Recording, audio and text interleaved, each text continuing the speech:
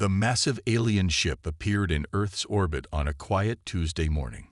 Its smooth pearl-white surface reflected sunlight like a second moon. Inside the United Nations Emergency Chamber, world leaders watched the live feed with a mix of fear and wonder. Captain James Miller stood at attention, his dress uniform perfectly pressed. As Earth's chosen representative, he had spent months preparing for this moment. The aliens had sent peaceful messages ahead of their arrival, but something about their recent communications seemed odd. They kept asking about Earth's plant life and seemed disturbed by mentions of Earth's wildlife. The alien ship's landing pod descended gracefully toward the designated meeting area in Geneva. Security teams positioned themselves discreetly while news cameras captured humanity's first contact with an alien species. The pod's door opened with a soft hiss, revealing three tall, slender beings with large, gentle eyes and silvery skin. The lead alien, who called himself Tom to make communication easier, stepped forward carefully. His movements were like those of a deer, graceful but ready to flee at any moment. His two companions stayed close behind him, their large eyes constantly scanning the area. "Welcome to Earth," Miller said with a practiced smile. He noticed how Tom flinched slightly at his voice. Strange, considering they had spoken over video calls before. "Thank you for receiving us," Tom replied. His voice was soft, almost musical. "We are honored to meet your species in person." He paused, nostrils flaring as he caught an unfamiliar scent. "Though your world smells different than we expected." The delegation moved inside the UN building. Miller watched as the aliens' anxiety seemed to grow with each passing moment. They jumped at small sounds and kept their distance from the human security personnel. During the facility tour, they stopped at the building's cafeteria. "Would you like to join us for a meal?" Miller offered, trying to ease the tension. "We've prepared various dishes to showcase Earth's cuisine." The aliens agreed, though they seemed reluctant. Inside the cafeteria, Earth's finest chefs had prepared an international buffet. The aliens gravitated toward the vegetarian section, filling their plates with salads and fruit. Miller and his team sat down with their own selections, a mix of dishes including some grilled chicken and fish. The moment Miller cut into his chicken, Tom's face changed. The alien's silver skin paled to white, and his large eyes widened even further. His companions froze, their eating utensils clattering onto their plates. You consume flesh." Tom's voice trembled. He stood up so quickly his chair fell backward. "We were told humans were omnivores, but seeing it, this is barbaric." Miller set down his fork, confused by the extreme reaction. "I assure you, this is perfectly normal for our species. We respect that your people may have different dietary preferences." The second alien spoke for the first time, voice high with distress. "You tear apart other creatures with those." He pointed at Miller's teeth, visible when he spoke, "those cutting edges in your mouths." The third alien was already speaking rapidly into a communication device. The translator caught fragments. "Confirmed. Predator species. Showing hunting characteristics. Recommend immediate withdrawal." "Please," Miller tried to salvage the situation. "Let's discuss this calmly. There's clearly a cultural misunderstanding." But the aliens were already backing toward the exit. Tom raised his hands in what seemed to be a defensive gesture. "We must return to our ship. The council must be informed immediately. We were not prepared for this level of..." He struggled for words. "Evolutionary aggression." Before Miller could protest further, the aliens hurried out of the cafeteria. Security teams reported that they practically ran to their landing pod, ignoring all attempts at communication. Within an hour, their ship had broken orbit and disappeared into deep space. In the aftermath, Miller sat in his office, staring at the preliminary contact report. How had everything gone wrong so quickly? The answer lay in the aliens' last words and their fearful glances at human teeth, human hands, human eyes, all the features that marked humanity as something they feared. Predators. The real question was, what would they do about it? 3 days after the failed Earth visit, the Grand Council chamber buzzed with nervous energy. Thousands of alien representatives sat in the massive circular room, their worried whispers filling the air. The chamber's soft blue lights did little to calm their fears. Tom stood at the center platform, his silver skin still pale from his Earth experience. Above him, massive screens showed images of Earth, its cities, its people, and most troublingly, its natural predators. Honored council members, Tom began, his voice shaking slightly. Our mission to Earth has revealed disturbing facts. The humans are not just omnivores. They are active predators with all the physical traits of a hunter species. The chamber erupted in fearful murmurs. A tall, green-skinned council member named Root stood up. "Show us your evidence," he demanded, though his long ears twitched nervously. Tom nodded, and the screens changed to show close-up images of human features. "Notice their eyes," he pointed. "Forward-facing, like all predator species. Their teeth have sharp, cutting edges. Their hands can form fists and their arms can throw objects with deadly accuracy. But worst of all," he paused for effect, "they still actively consume meat." The council chamber filled with gasps and shocked exclamations. Root's skin turned a darker shade of green.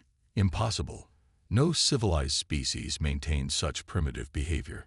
Another council member, a floating blue orb called Mist, moved forward. "Tell us about their world. Perhaps this explains their aggressive development." Tom brought up new images of Earth. "Their planet is a death trap by our standards. High gravity, extreme temperature variations, and thousands of predator species. The humans didn't just survive there. They became the apex predators." The screens showed humans running marathons, climbing mountains, and performing various athletic feats. Their endurance is frightening. They can chase prey until it collapses from exhaustion. They use tools to hunt, fight, and kill. Their entire history is filled with warfare and conquest. But surely, a small rabbit-like creature named Hop spoke up. They must have moved past such violence to achieve spaceflight. Tom shook his head. "They've merely changed how they express their predatory nature. Look at their entertainment." The screens showed sports competitions, boxing matches, and action movies. They turned violence into games. They simulate hunting and fighting for fun. The council members shifted uncomfortably in their seats. Root spoke again, his voice heavy with concern. "We all remember what happened with the last predator species we encountered. The Ravagers nearly destroyed 3 peaceful systems before we managed to contain them. The humans are different," Tom admitted reluctantly. "They show strange contradictions. They fight wars, yet they heal their enemies afterward. They hunt animals, yet they keep others as beloved pets. They can be violent, yet they create beautiful art and music." Mist pulsed with a soft light, indicating deep thought. "Perhaps this makes them more dangerous, not less. Their unpredictability could be a threat to galactic peace." An ancient council member, whose species had achieved space flight first, finally spoke. His crystalline form sparkled as he moved. "We cannot risk another Ravager situation. Earth must be contained before they develop further." "But they already have basic space flight capabilities," Tom mourned. "And their advancement rate is concerning. They went from primitive flight to space exploration in less than a century." The crystal being's light dimmed slightly. "Then we must act quickly. We will call for a vote on containment measures." As the council prepared to vote, Tom looked again at the images of Earth. Something bothered him about their quick judgment, but he couldn't quite place it. Yes, humans were predators, but there was something more to them. Something his people might be too afraid to understand. The voting began, and one by one, the council members cast their decisions about Earth's fate. None of them realized they were about to make a terrible mistake in judging a species they didn't truly understand. Dr. Anna Reed's office at the Global Space Research Center was filled with alien data readings. Screens covered her walls, showing comparisons between Earth and other known alien worlds. She hadn't slept properly since the alien's sudden departure 3 days ago, and it showed in her tired eyes. The coffee cup in her hand was her sixth today. She stared at a holographic display showing gravity readings from 50 alien homeworlds. The numbers made her frown deepen. "This can't be right," she muttered, double-checking her calculations. But the math didn't lie. The average gravity on alien worlds was roughly half of Earth's. Their atmospheric pressure was lower too. Even their days were longer. A knock on her door made her look up. General Marcus Stone walked in, his face serious. "Tell me you found something useful, Doctor." Anna nodded, pointing to her screens. "Look at these readings, General. We've been asking the wrong question. It's not about why the aliens fear us. It's about why we're so different from them." She pulled up a new display showing various alien species. Every spacefaring race we've met evolved on worlds that humans would consider paradise. Low gravity, perfect weather, few natural predators. Most of them are herbivores because they never needed to hunt. The general studied the data.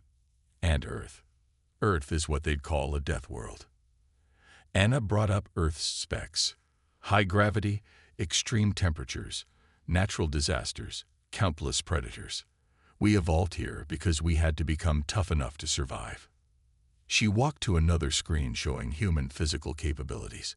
What we consider normal, they see as terrifying. We can run for hours because we evolved as persistence hunters. We can eat almost anything because food was often scarce. We're stronger than most aliens because Earth's gravity demanded it. That explains their reaction to the diplomatic dinner, the general said, remembering the incident report. Anna nodded. Exactly. But here's what's fascinating. Look at these brain scans. She pulled up comparisons between human and alien neural patterns. Our harsh environment didn't just make us physically tough. It forced us to become problem solvers.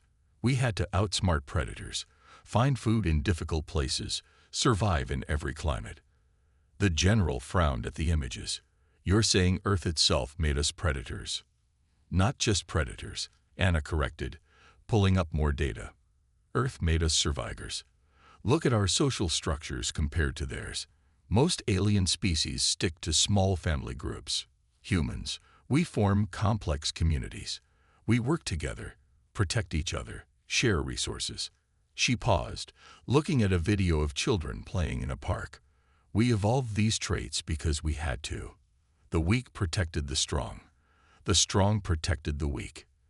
Being predators wasn't enough. We had to become protectors too."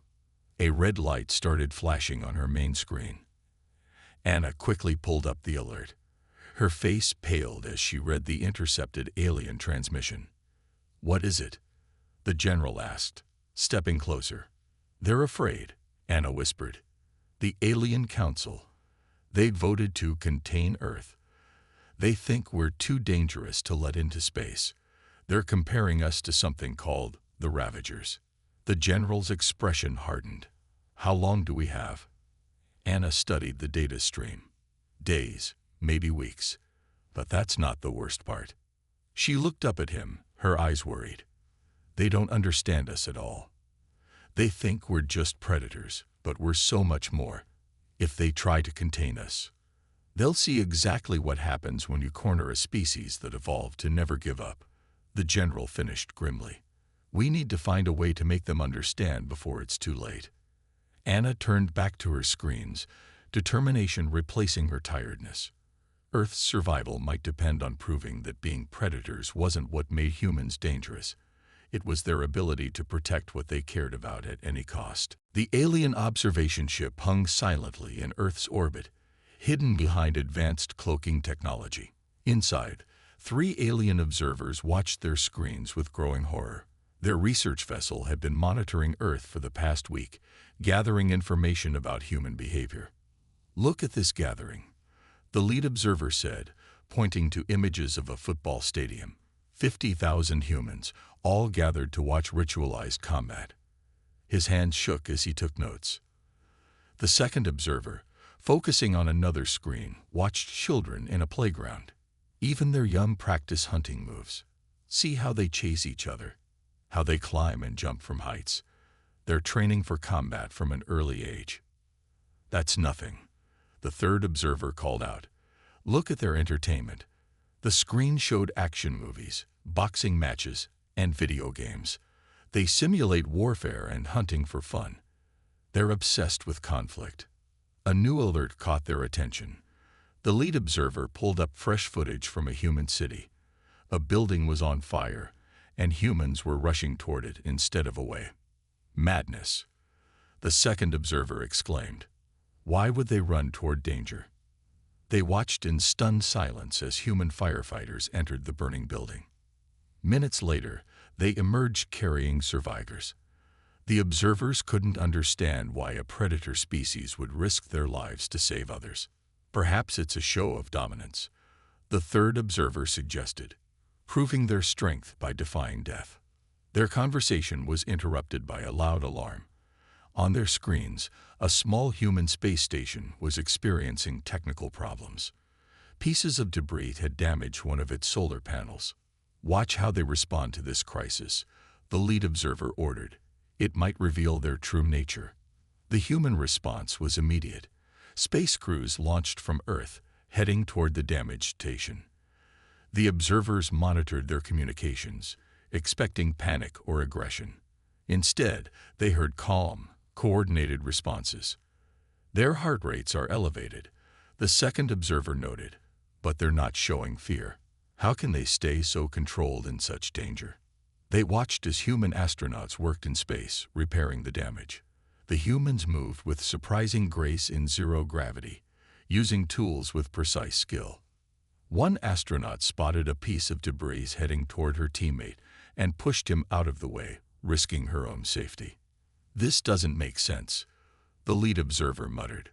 Predators don't sacrifice themselves for others. They don't protect the weak.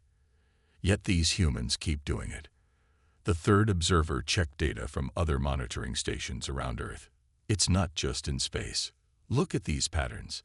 He showed footage of hospitals, rescue teams, and emergency responders. They have entire systems dedicated to helping their weak and injured. Perhaps we've misunderstood something, the second observer said quietly. But before he could continue, new orders flashed on their main screen. The Council had made its decision. Earth was to be contained. The lead observer read the orders with unease. We're to begin marking targets for the containment fleet.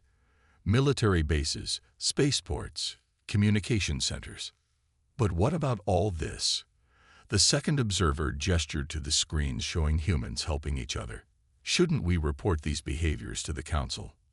Our orders are clear, the lead observer said firmly, though doubt showed in his eyes. The Council has decided humans are too dangerous to join galactic society. Their predator instincts make them a threat. As they began marking targets, another alert showed more human activities. A rescue team was helping people caught in a flood. A doctor worked late hours to save a patient. A soldier carried a wounded civilian to safety. The observers watched in silence, their certainty about humans fading with each new example of compassion and sacrifice. They were seeing something their society had never considered possible: predators who protected, hunters who healed, warriors who saved. But their orders stood. The containment fleet was already on its way. The alien containment fleet dropped out of hyperspace just beyond Mars. 50 ships, their silver hulls gleaming in the sunlight, moved into attack formation. On Earth, every radar system and telescope picked up their arrival at the same time. In the Global Space Research Center's emergency room, Dr. Anna Reed watched the alien ships approach on the main screen. General Stone stood beside her, his face grim as he spoke to world leaders through a secure channel. They're positioning themselves around Earth's orbital paths, Anna said, studying the data. They're trying to cut off our space access. Her computer beeped with new information. They're using some kind of energy field. They're creating a barrier around Earth. The general's expression hardened. How long until the barrier is complete? 2 hours at most. Anna's fingers flew over her keyboard. But that's not their only plan. Look at these energy readings. They're preparing to shut down our satellites. Suddenly, The main screen flickered. A transmission from the alien fleet appeared. The alien commander, a tall figure with pearl-white skin, spoke in a voice that tried to sound gentle but carried clear threat. "People of Earth," the commander said, "for the safety of the galaxy, your world must be contained. Your predatory nature makes you too dangerous. Please do not resist. We don't wish to harm you." General Stone grabbed the communication controls. "This is General Stone of Earth. Your actions are an act of war. Stand down immediately." The alien commander's large eyes blinked slowly. "You see, already you think of violence. This is why we must contain you. For too long, we've allowed your species to develop unchecked. We cannot risk another Ravager scenario." Anna stepped forward. "Wait, you don't understand us at all. Yes, we have predator traits, but that's not what defines us. Look at our history. We use our strength to protect, not just to hunt." "A clever deception," the commander replied. "We've seen your war games, your combat training, your violent entertainment. You cannot hide your true nature." The barrier continued growing around Earth. The first satellites began going dark. Around the world, phones stopped working. Internet connections failed. Panic started spreading in cities as communications went down. But then something unexpected happened. As chaos threatened to break out, humans didn't turn on each other as the aliens expected. Instead, they came together. Police helped keep people calm. Neighbors checked on each other. Emergency radio operators spread messages of peace and order. The very predator instincts the aliens feared, quick thinking, protective responses, group coordination, were being used to maintain peace. In orbit, the International Space Station crew reported the barrier approaching them. Instead of evacuating, they continued their scientific work, broadcasting their findings to Earth while they still could. "Look at this," Anna said to the alien commander, pointing to live feeds from around the world. "Look how we react to your threat. We're not attacking. We're protecting. We're helping each other. Are these the actions of mindless predators?" The commander hesitated, watching the scenes unfold.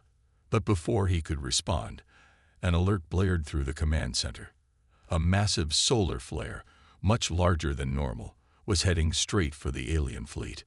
The alien ships, designed for their peaceful home systems, weren't built to handle such radiation.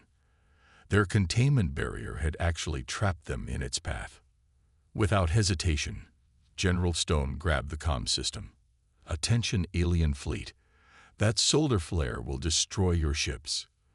Your barriers won't protect you. Let us help. Our ships are built to handle solar radiation. We can protect you, but you have to let us."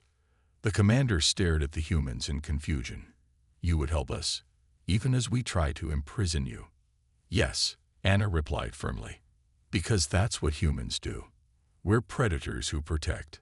Now, will you let us save you, or will your fear of us destroy us all?" Time was running out. The massive solar flare raced toward the alien fleet, its deadly radiation ready to tear through their unprotected ships. The alien commander's face showed pure fear on the video screen as he realized their containment barrier had become a trap. "Lower your barriers," General Stone commanded. "Our ships can reach you in time, but you must let us through." For 3 long seconds, the commander hesitated. Then the barriers flickered and fell. Immediately, Earth's space rescue ships launched. They had trained for solar radiation emergencies, though never for aliens before. Dr. Anna Reed coordinated from the ground, watching as human ships reached the alien fleet. "Their hulls aren't designed for this kind of radiation," she reported. "We need to extend our shields around their ships." The rescue wasn't easy. Earth's ships were much smaller than the alien vessels. They had to work together, 3 or 4 human ships surrounding each alien craft, combining their radiation shields to protect the larger vessels. First alien ship secured, came the report from space, moving to the next one. The solar flare grew closer. Radiation levels started rising. Inside their ships, human crews sweated in their suits, pushing their engines to the limit as they raced to save aliens who had just tried to imprison them. Why? The alien commander asked through the video link, watching human ships protect his fleet. Why risk your lives for us? Because we can, Anna replied simply. Because we're strong enough to help, so we will. The flare hit. Radiation alarms screamed through every ship. Human crews gritted their teeth, holding their positions around the alien vessels despite the danger. Their ships' hulls grew hot, radiation shields strained, but they didn't move. One human ship's engines failed. Without power, its shields would collapse, exposing both its crew and the alien ship they protected. Without hesitation, another human vessel broke formation to help, positioning itself to cover both ships. Hold position, the rescue coordinator ordered. Just 2 more minutes until the flare passes. The aliens watched in amazement as human ships took damage to protect them. They saw human crews working together, coordinating with the speed and precision that came from evolving on a dangerous world. When the flare finally passed, every alien ship had survived. The human ships were damaged, some badly, but they had succeeded. Not a single alien life was lost. As human rescue crews helped repair the alien vessels, the commander spoke again. I understand now, he said softly. Your predator instincts, they're not just for hunting. No, Anna agreed. Earth made us strong because we had to be. But it also taught us to protect others with that strength. General Stone stepped forward. Your containment plan was based on fear.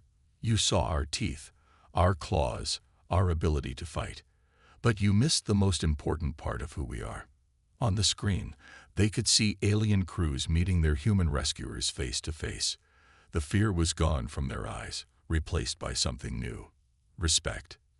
Your people evolved in safe worlds, Anna explained. You never needed to be strong. But Earth taught us that being strong means nothing if you don't use that strength to help others. The commander looked at his fleet's damage reports, then at the human ships that had saved them. Perhaps, he said slowly, the Council was wrong about Earth. You're not like the Ravagers at all.